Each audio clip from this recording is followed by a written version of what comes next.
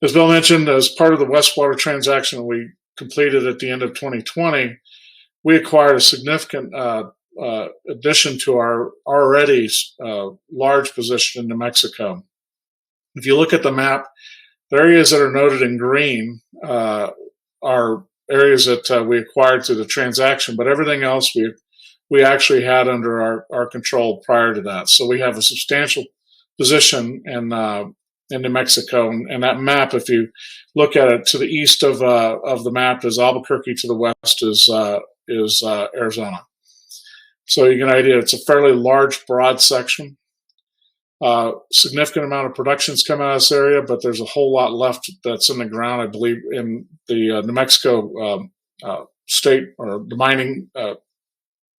New Mexico Geological Services determined that there's over 400 million pounds of unmined mineralization just in the areas where we have interest. As Bill mentioned, there's New Mexico has some of its challenges simply because of the legacy. The New Mexico is where most of the production came out of for the United States back in the 50s, 60s, and 70s. And with that, most of that activity was done prior to a lot of the safety and environmental controls that were put in place that we live under these days.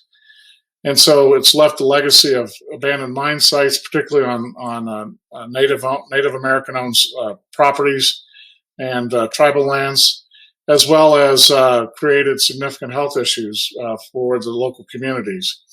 And so we believe that we're going to have to we will have to do some work in the local communities, particularly those closer to the Native American-owned lands, to bring in an ability for them to take part in the success we're going to be doing, not just by building a couple of parks, et cetera, or strictly a jobs program, but looking at for them find a way to have a sweat equity into this business.